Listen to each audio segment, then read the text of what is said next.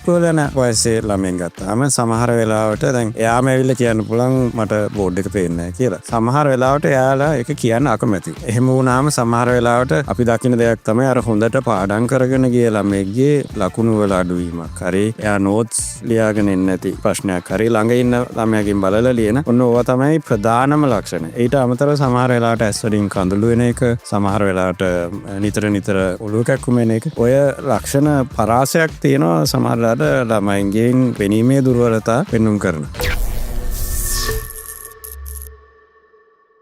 Hello everyone and welcome to a very special episode of the Docs podcast. Adamathak Avilinne, someone I've been trying to get for quite a while because today is a topic that we need to speak out for a long time. Adamathak innawa Dr. Hasanka Piris, pediatric ophthalmologist නැත්නම් ළමා අක්ෂි විශේෂඥ වෛද්‍ය.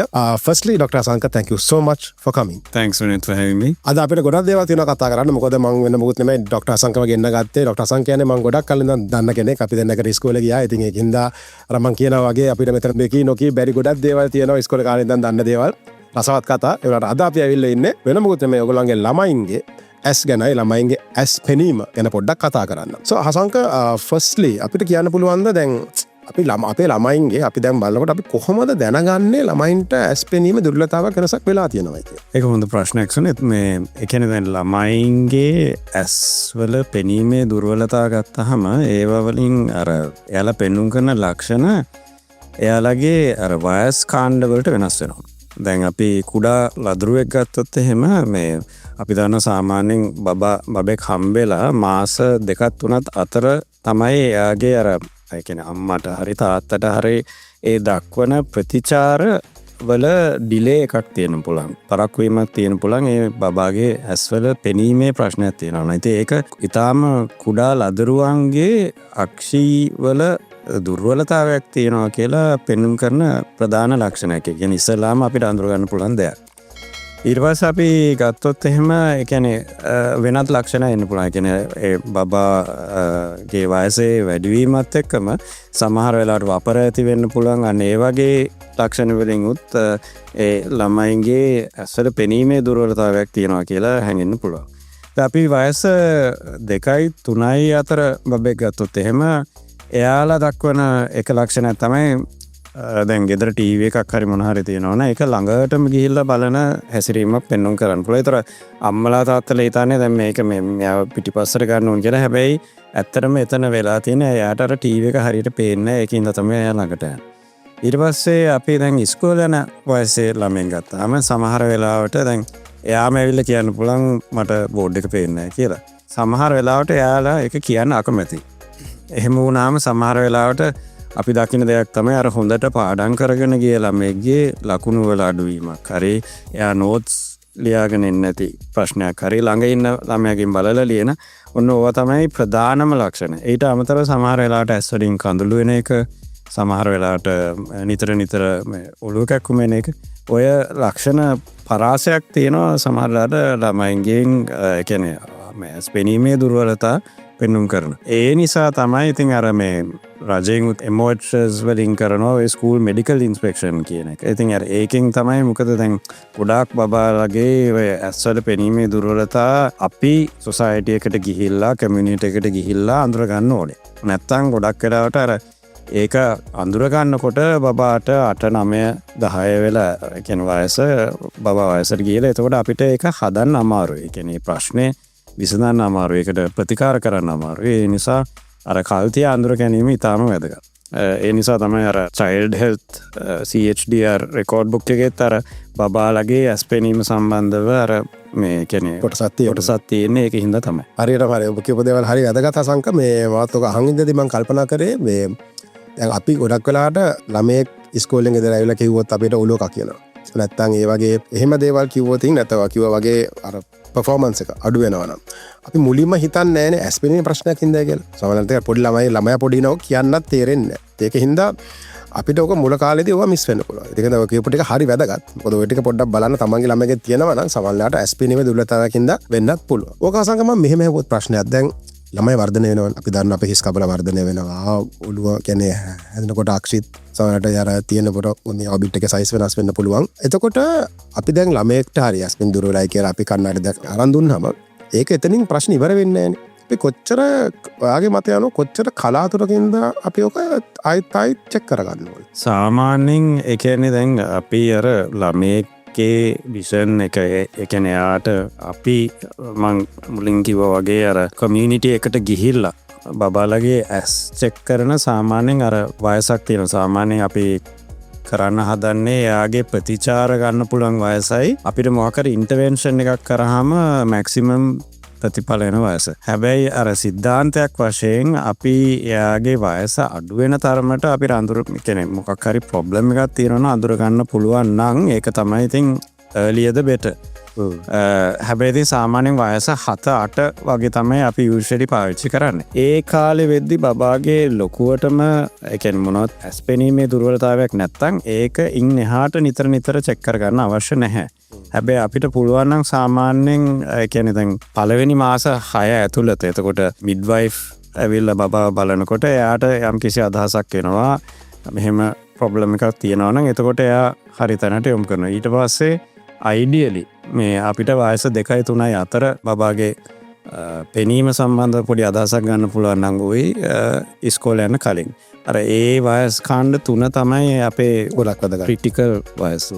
හරි. එතකොට ආසංක මම අපි දෙන්න podcast එක පටන් ගන්න කලින් කතා වෙච්ච දෙයක් මට ඇත්තටම ඔළුවට ගියා මේ බය හිතන ස්ටැටිස්ටික් එකක් 2030 වෙද්දි 2050 වෙද්දි 150කට ලං වෙන ළමයින්ට අර ළඟපෙනීම ප්‍රශ්නයක් එනවා කියලා. මේක වෙනමකුත් නෙමෙයි මේ අපිට මේකට එක හේතුවක් තමයි ඔය ස්ක්‍රීන්ස් බලන එක නැත්නම් ෆෝන් පාවිච්චි කරන එක. ඔබතුමාට මේ ගැන මොනවද අපිට කියන්න තියෙන්නේ? ඒක තමයි.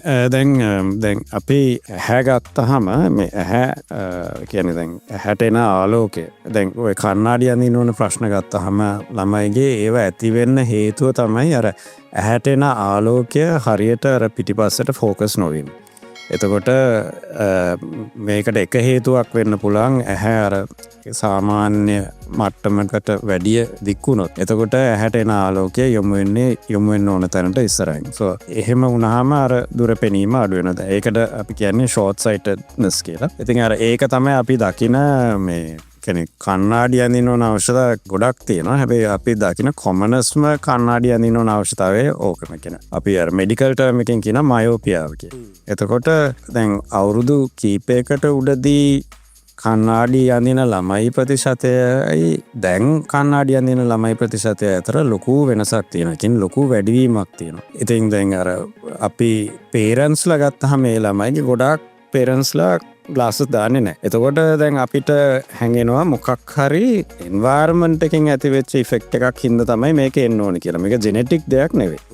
එතකොට අපි දකින දේ තමයි දැන් අර ඒ කියන්නේ රිසර්ච් වලින් හොයාගෙන තියෙනවා ප්‍රොලොන්ග් නියර් වර්ක්. ඒ කියන්නේ නිතරම ළඟ දෙයක් දිහා බලන එක නිසා ඒකට අනුවර්තනයක් විදිහට ඇහැ සාමාන්‍ය මට්ටමකට වැඩිය දික් වෙන්න ගන්නවා. එතකොට තමයි අර ඇහැට එන ආලෝකයේ වර්ධනයේ ප්‍රශ්න එන්නේ. ඒක නිසා තමයි කණ්ණාඩියක් දාන්න ඕන අවශ්‍යතාවය එන්නේ. දැන් අනිත් එක අර ඉන්ටරෙස්ටිං දෙයක් මට මතක් වුණා මේ වෙලාවේ. දැන් ප්‍රී කෝවිඩ් කාලෙට වැඩි ඒ කියන්නේ පෝස්ට් කෝවිඩ් කාලෙදී අපි දකිනවා අර මේ දැන් ඔය ෂෝට් සයිටඩ්නස් තියෙන ප්‍රොබ්ලම් එක සෑහෙන්න වැඩි වුණා. ඉතින් අර ඒකට ඔක්කොටම හේතු වුණේ අපි අර අපේ ස්ක්‍රීන් ටයිම් වැඩි වෙච්ච එක. ඒ ගෙදර ඉඳලා වෙන කරන්න දෙයක් නැති හින්දා ස්ක්‍රීන්ස් බලන එක. ඔව්. So එතකොට දැන් ඔය මේ ෂෝට් සයිටඩ්නස් එකට මේජර් රිස්ක් ෆැක්ටර්ස් තමයි එකක් තමයි ප්‍රොලොන්ග් නියර් වර්ක්. ඒ කියන්නේ නිතරම ළඟ දෙයක් දිහා බලන එක. එතකොට තමයි පාඩම් වැඩ වෙන්න පුළුවන්. එතකොට ෆෝන්ස්, ටැබ්ස්, ඒව ස්ක්‍රීන් ටයිම්. අනිත් එක තමයි නිතරම මේ ගෙදර ඇතුලේ ඉන්නකොට ඒ කියන්නේ සන්ලයිට් ප්‍රමාණය හැට එන සන්ලයිට් ප්‍රමාණය අඩු වුණාමත් ඕක වෙනවා. So අපි ඕක දකිනවා ගොඩක් වෙලාවට ඔය ඊස්ටර්න් ඒසියන් කන්ට්‍රීස් වල ළමයි ගොඩක් අර අපාර්ට්මන්ට්ස් වලට කොටු වෙලා ඉන්නකොට එයාලගේ මේ මයෝපියා එක මේ ඔය ෂෝට් සයිටඩ්නස් එක දැන් එපිඩෙමික් ලෙවල්ස් වලට ඇවිල්ලා තියෙන වැඩිද.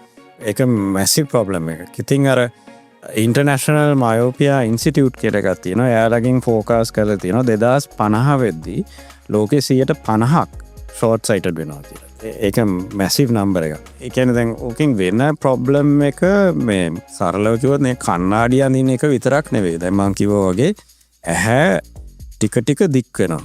ඉතින් යම් කිසි මට්ටමකින් පස්සේ සුනෙත් දැන් වෙන ප්‍රශ්න තමයි ඔයාලට හිතා ගන්න පුළුවන්. දැන් මම ඇහැ බැලුම් බෝලයකට සමාන කරොත් බැලුම ටික ටික ලොකු වෙනකොට ඒක පිපිරෙන්න බලනවා. ඒ කියන්නේ ඉරීම ඇති වෙන්න පුළුවන්. So අපේ ඇහැ ඇතුලේ තියෙන දෘෂ්ටි විතානයටත් ඒක තමයි වෙන්නේ. කියන්නේ මේ දික් වුණාන් පස්සේ මම කියන්නේ ඒ කියන්නේ දැන් අර කන්නඩි අඳින නිසා හැමෝටම දැන් මේ ප්‍රශ්න එනවා කියලා එහෙම එකක් නෙවෙයි.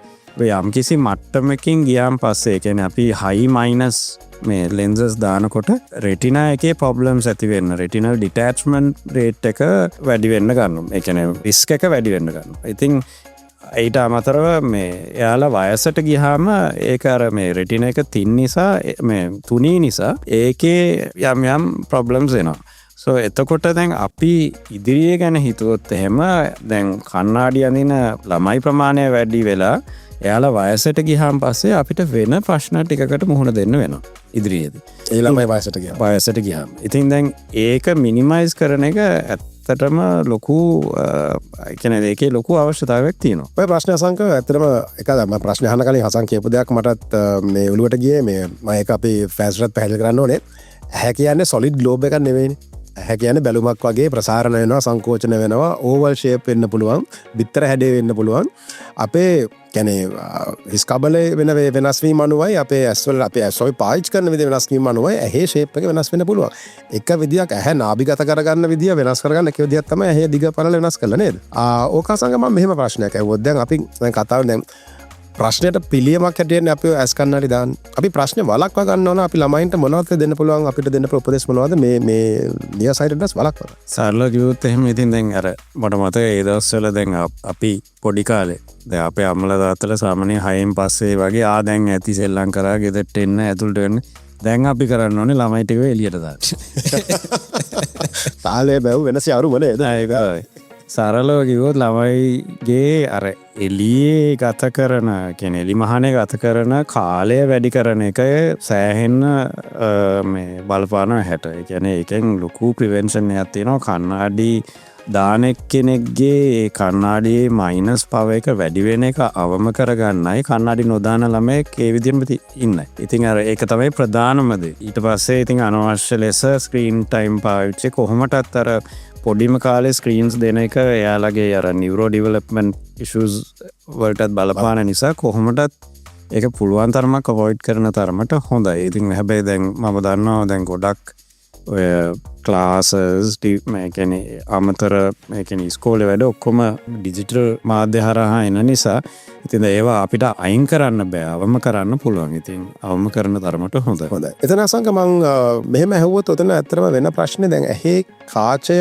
කාචේ නාවිදුර වෙනස් කරන මස්පිඩු ඒවා මේ ටයර්ඩ් වෙන හින්දාද කියන්නේ නැත්නම් ෆැටිග් වෙන හින්දාද අපිට මේ ප්‍රශ්නේ වෙන්නේ නැත්නම් නෑ ඇත්තටම ගත්තොත් එහෙම අපේ ඇහැ හැදිලා නැහැ නිතරම ළඟ දෙයක් දිහා බලන්න. එතකොට වෙන්නේ දැන් අපේ අර ඇහැ දිගේ වෙනසක් වෙන්නේ නැහැ. අපේ වෙන්නේ අර ඇහි ඇතුලේ කාචය සහ ඒක මේ කන්ට්‍රෝල් කරන පාලනය කරන මාංශ පේශී වල වෙනස් වීමෙන් තමයි අර ඇහැට එන ආලෝකය නාභිගත වෙන්නේ. ඒ ටික කාලයක් එහෙම වුණාන් පස්සේ දැන් ඇහැ ඒකට අනුවර්තනයක් විදිහට මේ කියන්නේ නිතරම ළඟ දෙයක් දිහා බලනකොට ඒ නිසා තමයි ඇහැ ලෙන්ත් එක එන්න ටික වැඩි වෙනවා. ඒකට ඇඩැප්ට් වෙනවා. හැබැයි දැන් ඔයාලට තේරෙනවා ඇති දැන් ළමෙක් උස යනවා ඇරෙන්න කවදාකවත් පුංචි වෙන්නේ නැහැ නේ. අන්න ඒ වගේ ඇහැ කවදාකවත් පුංචි වෙන්නේ නැහැ. එතකොට අර ඒ දික්වීම පර්මනන්ට් දෙයක්. හරි. අද අපි මෙච්චර දේවල් කතා කරේ ළමා අක්ෂි විශේෂඥ වෛද්‍යවරයාත් එක්ක එක ටොපික් එක ගැන විතරයි. ඒ කියන්නේ ළමයින්ගේ ඇස් පිරීම ගැන විතරයි. ඒගොල්ලන්ට හිතන්න පුළුවන් ඔය වගේ තව කොච්චර දේවල් තියෙනවද අපිට.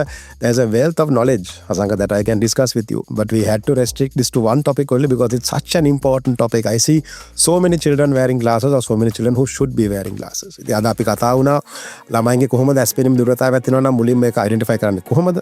කරෝතින් අපි කොච්චර frequently එක ටෙස්ට් කරන්න ඕනද? ඒතර ළමයින්ට එතකොට glasses දැම්මත් glasses දානක විතරක් නෙමෙයි අපි ළමයින්ගේ කොහොමද පුළුවන් තරම් ඒක වළක්වා ගන්න. ඒ කියන්නේ vision defect එක අවම කරගන්න. නැත්නම් වැඩි වෙන එක නවත්ත ගන්න කොහොමද? ඔය වගේ සෑහෙන දේවල් ડોક્ટર අසංක එක අපි කතා කරා.